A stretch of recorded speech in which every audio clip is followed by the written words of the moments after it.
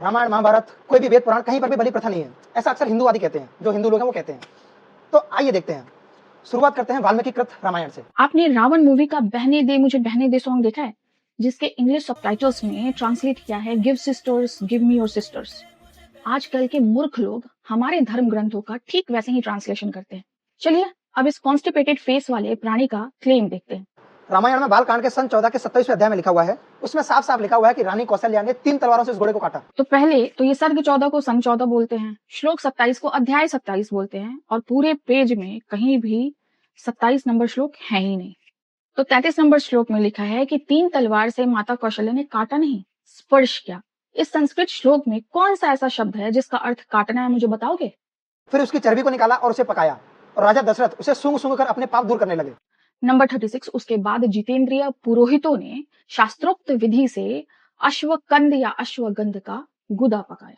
कोई कंफ्यूजन ना हो इसके लिए हम इसका इंग्लिश ट्रांसलेशन भी देख लेते हैं, और यहाँ भी अश्वकंद ही है जो कि एक फ्रूट है।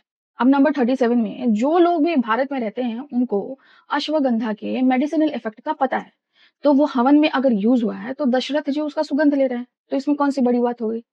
तो इसका मतलब है कि इसको कुछ नहीं आता है, बस ये रामपाल कल्ट के मोस्ट ऑफ द वीडियोस को लेकर अपने वीडियो में चेप देता है। थोड़ा पढ़ो। हाँ पढ़ो, क्योंकि चीटिंग करके तुम्हें पास नहीं होने देंगे।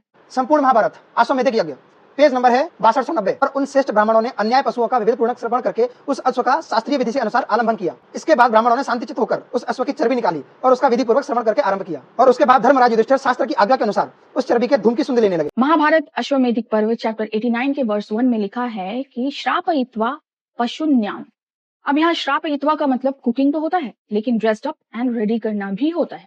दूसरा कंट्रोवर्शियल वर्ड है आलंबन, विच मीन्स सेक्रीफाइस, लेकिन वैदिक संस्कृत में आलंबन को सपोर्ट देना भी कहते हैं। तो इसका मतलब है कि शास्त्रोक्त विधि से अन्य पशुओं को पुजारियों ने काटा नहीं था। सेकंड क्लेम है घोड़े की चर्बी निकाली। तो थर्ड वर्स में वापम का मतलब चर्बी भी होता है, लेकिन जब वापम जानवरों के लिए यूज होता है तो उसका मतलब शेविंग या शेयरिंग होता है, विच मीन्स घोड़े की बॉडी को शेव किया गया। अब सोचिए अगर किसी को प्यास लगे और वो इससे कहे कि भाई थोड़ा जल ला दो, तो इसको क्या सुनेगा कि भाई थोड़ा जला दो, और ये आग लगा देगा। और नेक्स्ट 2 वीडियोस में बलि प्रथा पे ऐसी ऐसी बातें बताऊंगी जो आपने पहले कभी नहीं सुना होगा।